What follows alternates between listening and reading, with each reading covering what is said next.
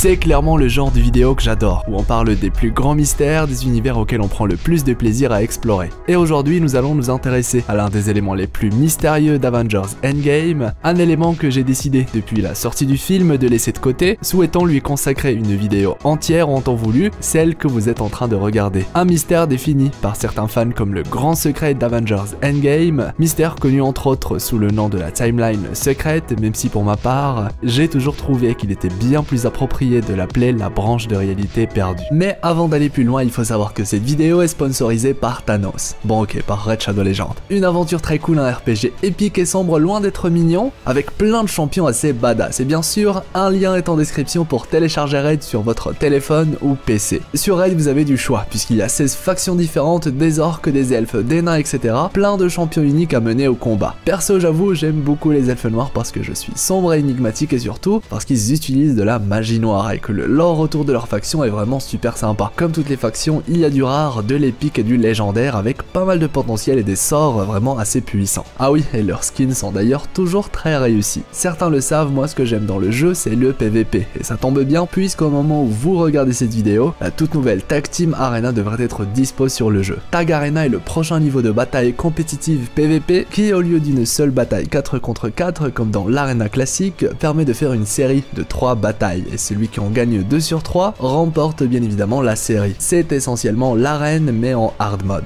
Comme c'est tout nouveau, les développeurs offriront bientôt des récompenses spéciales à quiconque réussira à terminer haut dans le classement, donc si vous êtes comme moi et que vous aimez le PVP vraiment compétitif avec de grandes récompenses, vous allez adorer Tag Arena. Mon pseudo sur le jeu c'est Hiro et tu peux même rejoindre mon clan si t'es rapide. Bref, rejoins ton héros préféré pour défoncer du méchant pas beau sur un jeu totalement gratuit. Accédez à la description de la vidéo, cliquez sur les liens spéciaux et si vous êtes un nouveau joueur, vous obtiendrez 100 000 pièces d'argent, 50 gemmes, 10 éclats de mystère, plus un champion gratuit, le balafreur. Voilà, en plus ça m'aide beaucoup. Merci, vous l'aurez compris, on va parler de voyage dans le temps et surtout de ses conséquences et de ce que le film ne prend en aucun cas le temps de nous expliquer, souhaitant peut-être pousser quelques fans du MCU à rechercher et pourquoi pas découvrir ce qui se cache réellement derrière les paradoxes créés par les événements du film. Que représente réellement l'arrivée d'un autre Thanos dans notre réalité et son absence dans sa origine? Peut-on réellement dire que les Avengers ont gagné? Et si oui, à quel prix? Ou encore en quoi l'absence de Gamora met en danger absolument tout l'univers? Des questions parmi tant d'autres auxquelles nous allons tenter de trouver réponse. Du coup, nous revoilà repartis pour une nouvelle exploration, comme d'habitude entre analyse et théorie, et ce pour le grand plaisir des explorateurs d'univers. Installez-vous confortablement et respirez un bon coup. Je suis Hirosef et aujourd'hui je vous propose de plonger une nouvelle fois à mes côtés dans Avengers Endgame. Bon visionnage.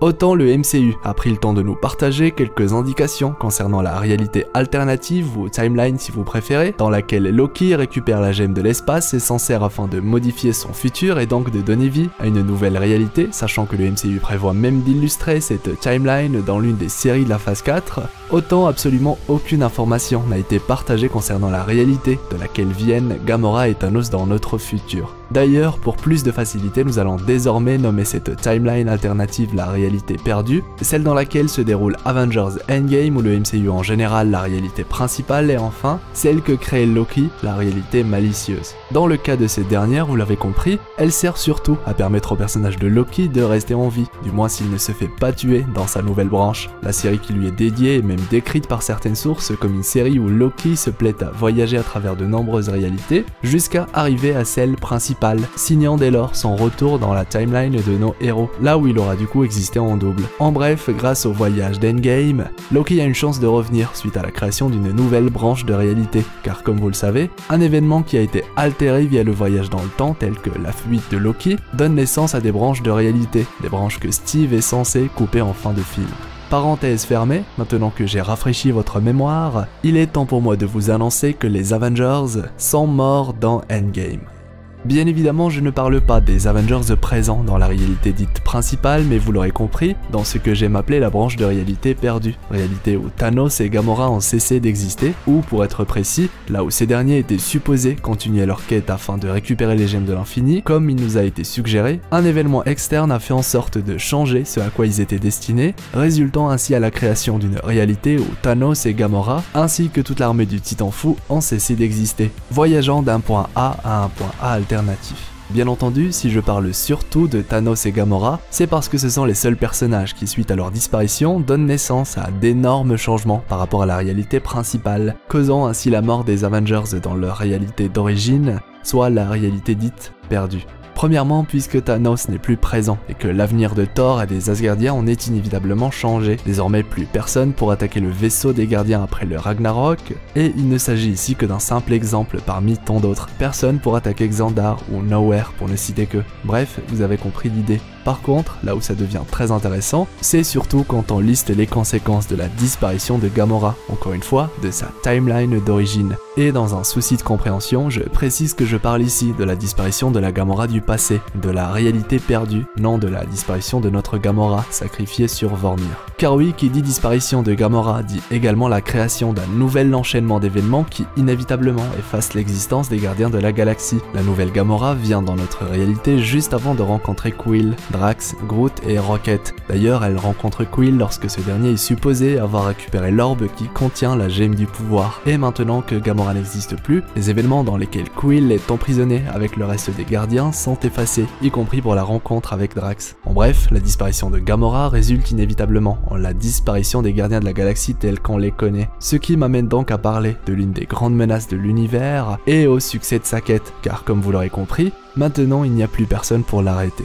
Ego, le père de Quill, est un être immortel, l'un des premiers célestes qu'on rencontre dans l'univers du MCU, l'un des êtres les plus puissants et vieux de l'existence. Et il se trouve qu'il a tout simplement prévu de détruire l'univers, ou de fusionner avec lui. Bref, c'est assez complexe et dans tous les cas c'est pas très jojo. On sait d'après les événements du volume 2 des Gardiens que Ego avait fini par découvrir l'existence d'un humain aux propriétés uniques, son fils, ce qui le pousse à rechercher Quill et user de ses pouvoirs héréditaires pour mettre en marche son plan machiavélique. Un plan qui, rappelons-le, a été contrecarré par les gardiens de la galaxie, gardiens qui n'ont tout simplement jamais existé dans la réalité perdue. Ce qui veut tout simplement dire que cette réalité est damnée et qu'elle va tôt ou tard sombrer, ou plus précisément qu'elle le sera quand Ego retrouvera Quill. Et là, ce ne sont pas simplement les Avengers de cette réalité qui sont morts, mais bel et bien tous les êtres vivants de l'univers.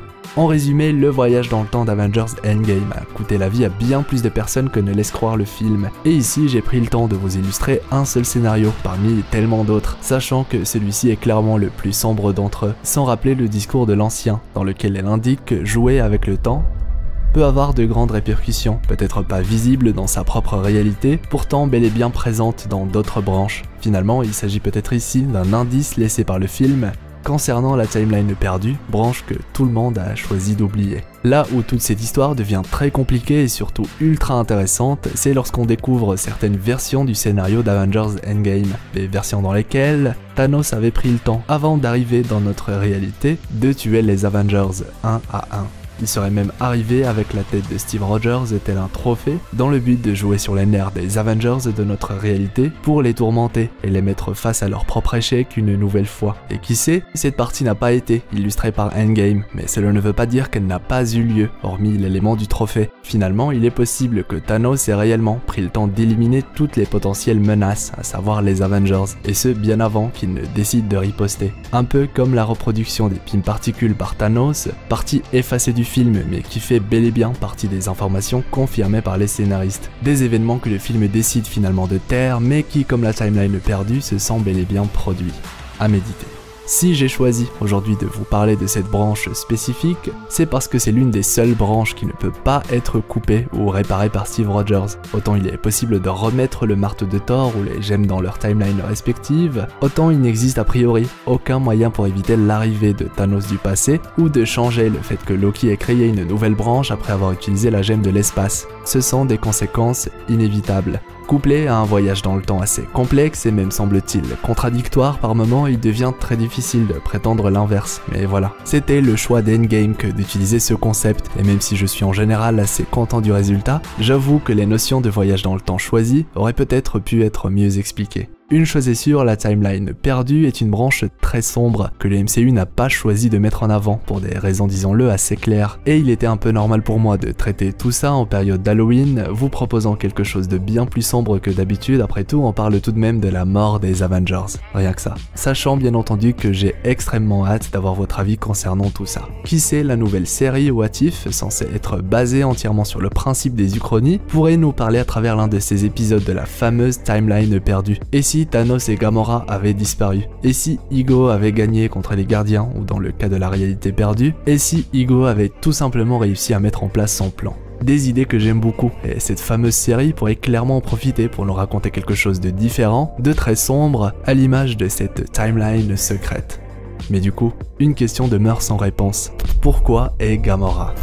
Merci à vous tous d'avoir suivi cette nouvelle exploration qui, j'espère, vous aura plu. Depuis le temps que j'ai envie de vous parler de tout ça, et il était enfin possible pour moi de le faire. Le sujet a plus ou moins déjà été pointé du doigt par certains fans, mais comme je n'étais pas vraiment d'accord avec leur vision des choses, cette vidéo me permet du coup d'enfin vous partager la mienne. Comme d'habitude, si cette vidéo vous a plu, n'hésitez pas à me le faire savoir à l'aide du pouce en l'air, le fameux pouce bleu avec le gant de l'infini, c'est vraiment très important, ça ne coûte rien, et ça récompense le travail fourni. Même que selon certaines sources, il est possible de ressentir le pouvoir cosmique d'Ego lorsqu'on clique sur le pouce en l'air. D'ailleurs, n'hésitez vraiment pas à me dire ce que vous pensez de tout ça, à me partager vos idées et théories les plus folles, ou encore à me donner vos retours en général, comme d'habitude je lis tout le monde sans exception. Si c'est votre première fois sur la chaîne ou si ce n'est pas encore fait, abonnez-vous, moi c'est Hirosef et sur ma chaîne, on parle de plein d'univers à travers des vidéos super cool et aussi, n'oubliez pas d'activer la petite cloche, c'est vraiment super important si vous ne voulez rien rater. Voilà, si vous n'avez pas encore regardé celle sur le lien entre Galactus et Tony ou encore celle sur Thor 4, les annotations de fin se feront un plaisir de vous y rediriger. Quant à moi je vous dis à la prochaine pour de nouvelles vidéos, c'était Hirosef l'explorateur d'univers